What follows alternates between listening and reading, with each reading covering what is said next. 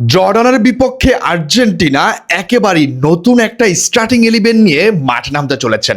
আপনারা সবাই জানেন আর্জেন্টিনা তাদের দুটি ম্যাচ জিতে বিশ্বকাপের পরের রাউন্ড অফ 32 অলরেডি কোয়ালিফাই করে ফেলেছে। সেই জায়গাটাতে আর্জেন্টিনার কোচ লিওনেল স্ক্যালোনি আরও একবার তার হাতে সুযোগ আসলো তার প্লেয়ারদেরকে দেখে নেওয়ার এবং তার বেঞ্চ যে প্লেয়ার আছেন তাদেরকে সুযোগ দেওয়ার, এবং সেই জন্যই স্ক্যালোনি পরবর্তী ম্যাচ মানে জর্ডানের বিপক্ষে নতুন একটি স্কোয়াড মাঠে নামানোর পরিকল্পনা করছেন।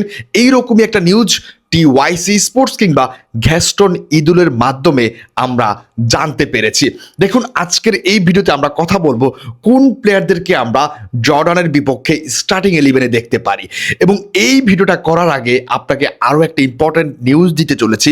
আর্জেন্টিনার টিমের ভিতর কিন্তু এখন এই মুহূর্তে অন্যরকম একটা ভাইব চলছে, কারণ লিওনেল মেসির বার্থডে কিন্তু তারা খুব চমৎকারভাবে সেলিব্রেট করেছেন। এরকম একটি ছবি কিন্তু সোশ্যাল মিডিয়াতে ছড়িয়ে পড়েছে এবং পুরো টিম লিওনেল মেসির ছবি পরিহিত টি শার্ট পরে লিওনেল মেসিকে উইশ করেছেন। যেমন ধরুন, ইমিলিয়ানো মার্টিনেজ লিওনেল মেসির টি শার্ট পরেছেন এবং সেই টি শার্টে লিওনেল মেসি এবং ইমি মার্টিনেজের ছবি কিন্তু দেখা যাচ্ছে। এমন করে প্রত্যেকটা প্লেয়ার যে টি শার্ট পরেছেন প্রত্যেকের সাথে লিওনেল মেসির ছবি আছে। ঠিক এইভাবেই তারা লিওনেল মেসির বার্থডে সেলিব্রেট করেছেন। সুতরাং আমরা মূল ভিডিওতে ফিরি। দেখুন, আর্জেন্টিনার এখন যে কাজটা করতে হবে সেটা হচ্ছে তাদের বেঞ্চটা ঠিক মতো আছে কিনা, বেঞ্চ প্লেয়াররা তাদের সেরা ফর্মে আছে কিনা, এই জিনিসটা আরও একবার দেখার সুযোগ রয়েছে লিওনেল স্ক্যালোনির হাতে, এবং তিনি সেটাই করতেছেন। এই সুযোগটাকে তিনি কাজে লাগাতে চান জর্ডান ম্যাচে। আপনারা জানেন জর্ডান কিন্তু অলরেডি এবারের বিশ্বকাপ থেকে আউট হয়ে গিয়েছেন। সেই জায়গাটাতে জর্ডানের ক্ষেত্রে কিন্তু এই ম্যাচটা শুধুমাত্র নিয়ম রক্ষার ম্যাচ, এবং আর্জেন্টিনার জন্য এই ম্যাচটা আরও একবার নিজেদেরকে পরীক্ষা নিরীক্ষা করার ম্যাচ। যখন আমরা কোয়ালিফায়ার ম্যাচ খেলতে নামবো তখন যেন আমাদের কোনো ভুল না হয়, তখন যেন আমরা আমাদের ভুলগুলো কাটিয়ে ভালো একটা পারফরমেন্স দিতে পারি। এই ম্যাচটা হচ্ছে সেটাই, যেই জায়গা থেকে আমরা আমাদের ভুলগুলোকে আরও একবার শেষবারের মতো ঠিক করে নিতে পারবো। দেখুন, কোন প্লেয়াররা স্টার্টিং ইলেভেনে সুযোগ পেতে পারে এই প্রশ্নে যদি আমি আপনাকে বলি, প্রথম যে প্লেয়ারটা স্টার্টিং ইলেভেনে থাকবেন 100% কনফার্ম সেটা হচ্ছে লিওনেল মেসি। অনেকে লিওনেল মেসিকে নিয়ে একটু কনফিউশনে আছেন যে লিওনেল মেসি 2টা ম্যাচ খেলেছেন 90 মিনিট করে, এখন কি এই ম্যাচটাতে রেস্ট দেওয়া যায় কিনা। বাট লিওনেল মেসি বলেছেন সে নিজেকে ফিট মনে করছেন এবং সে খেলার পরিবেশে আছেন এবং তিনি খেলতে চান। তাহলে আমরা ধরেই নিচ্ছি লিওনেল মেসি প্রথম 45 মিনিট টিমের সাথে থাকবেন এবং স্টার্টিং ইলেভেনে থাকবেন।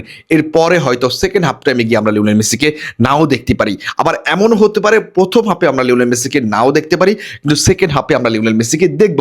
মানে লিওনেল মেসি জর্ডানের সাথে ম্যাচটা আগামী 28 তারিখ বাংলাদেশ সময় সকাল 8টায় যে ম্যাচটা আছে সেই ম্যাচে লিওনেল মেসি খেলবেন।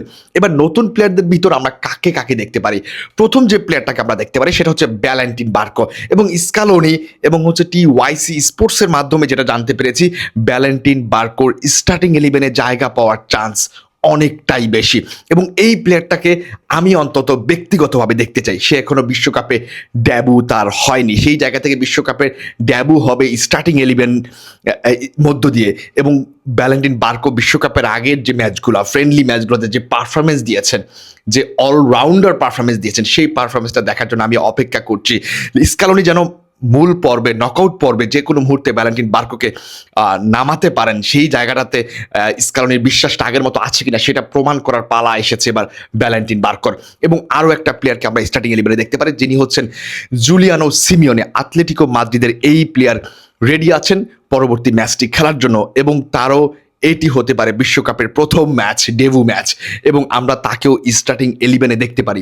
দেখুন, জুলিয়ানো সিমিওনের কথা যদি বলতে হয় তাহলে আমি বলবো যে একটা হাই স্পিডি ফুটবলার, যার খুবই ইম্পর্ট্যান্ট রয়েছে এই দলটার জন্য। সুযোগ যখনই আসবে তখন তার সেই স্পিড দিয়ে কাজে লাগানোর ট্রাই করবেন, আর্জেন্টিনাকে ভালো কিছু এনে দেওয়ার ট্রাই করবেন, এবং আমার কাছে মনে হয় জর্ডান ম্যাচটাই একটা পারফেক্ট ম্যাচ হতে পারে জুলিয়ানো সিমিওনের জন্য নিজেকে প্রমাণ করার জন্য, এবং তিনি ওই ম্যাচের মধ্য দিয়ে চাইলে নিজেকে প্রমাণ করে দিতে পারেন যে আমি প্রস্তুত এই টিমটার হয়ে খেলার জন্য। সো আমার কাছে মনে হচ্ছে জুলিয়ানো সিমিওনে স্টার্ট করবেন। এবং আরও একটা প্লেয়ারের স্টার্ট 11-এ জায়গা পাওয়ার সম্ভাবনা রয়েছে, খুবই সম্ভাবনা রয়েছে, সেটা হচ্ছে নিকো পাজ। আমরা জানি নিকো পাজ কিন্তু অলরেডি ডেবু হয়ে গিয়েছে। প্রথম ম্যাচে আমরা দেখেছি মেসির পরিবর্তে কিন্তু নিকো পাজকে নামানো হয়েছে, মানে তার ওয়ার্ল্ড কাপ ডেবু হয়ে গিয়েছে অলরেডি। বাট জর্ডান ম্যাচও তাকে স্টার্টিং 11-এ সুযোগ দেওয়ার একটা চান্স রয়েছে। এবং আরও একটা প্লেয়ার যে হচ্ছে লোপেজ। আপনারা জানেন লোপেজ পালমেরাইসে খেলতেছেন, আমাদের স্ট্রাইকার, অনেক লম্বা একটা প্লেয়ার। সেই প্লেয়ারটাকেও লিওনেল স্কালোনি চাচ্ছেন তার বিশ্বকাপের প্রথম ম্যাচ খেলাতে, এবং তাকে ডেবু করাবে কি করাবে না সেটা আমি জানি না, বাট তিনি গেম টাইম পাবেন। বাট আমার কাছে মনে হচ্ছে স্টার্টিং 11-এ হুলিয়ান আলভারেজ থাকবেন।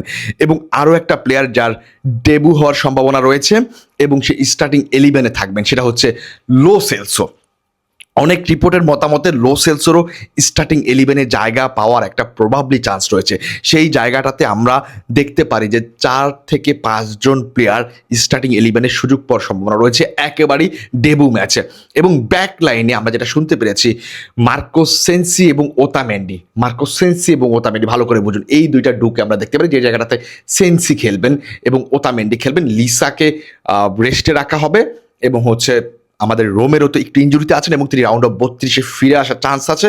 যদি রাউন্ড অফ 32-এ ফিরতে না পারেন, আর্জেন্টিনা যদি রাউন্ড 16-এ কোয়ালিফাই করেন সেখানে ফিরবেন। বাট আমরা চাই যেন আমরা ক্রিস্টিয়ানো রোমেরোকে রাউন্ড অফ 32 থেকে ফুল ফিট হিসেবে পাই। এবং যদি গোলবারের দিকে তাকান তাহলে আমার কাছে মনে হয় যে ইমিলিয়ানো মার্টিনেজি শুরু করবেন, কারণ এই জায়গাটাতে আমার কাছে মনে হয় না যে স্কালোনি খুব বেশি একটা পরিবর্তন করবেন। আবার ফুল পরিবর্তন করলেও কিন্তু ভাই সমস্যা আছে। সেই জায়গা থেকে আমার কাছে মনে হয় 4 থেকে 5টা প্লেয়ার, প্রবাবলি 5টা প্লেয়ার স্টার্টিং 11-এ জায়গা পেতে চলেছে। এবং নতুন একটা মিডফিল্ড নিয়ে আমরা হয়তো বা শুরু করতে পারি। বাট ফ্রন্ট লাইনে কিন্তু আমরা মেসির পাশাপাশি বা মেসির পাশে হচ্ছে আমরা হুলিয়ান আলভারেজকে দেখতে পারার সম্ভাবনা রয়েছে। লোপেসকে হয়তো বা আমরা লাস্টের দিকে দেখতে পারি সেকেন্ড হাফ টাইমে গিয়ে। সো এরকম একটি পরিবর্তন আনবেন লিওনেল স্কালোনি, এটা অনেকটাই নিশ্চিত বলা যায়। যেই জায়গাটাতে আমরা হয়তো বা মিডফিল্ডে রদ্রিগো দি পল, অ্যানজো ম্যাকলিস্টার কাউকেই নাও দেখতে পারি। সো আমার কাছে মনে হচ্ছে এই জিনিসটা খুবই ভালো হবে আর্জেন্টিনার জন্য। আরও একবার নিজেদেরকে দেখার সুযোগ পাবেন এবং আমাদের যারা ব্যান্স প্লেয়ার আছেন, ট্যালেন্ট যারা আছেন, ইয়াং স্টার যারা আছেন, তাদেরকেও আমরা আরও একটু পরীক্ষা নিরীক্ষা করে নিতে পারবো, তাদেরকে রেডি করতে পারবো নকআউট পর্বের জন্য। দেখুন বেঞ্চ প্লেয়ারদের ভিতর কয়েকটা প্লেয়ার কিন্তু খুবই খুবই ইম্পর্টেন্ট। বিশেষ করে 3টা প্লেয়ারের কথা আমি বলতে চাই। একজন হচ্ছেন ভ্যালেন্টিন বার্কো, এবং এর পরের জন হচ্ছেন নিকো পাজ, এবং এর পরের জন হচ্ছেন মার্কোস সেন্সি।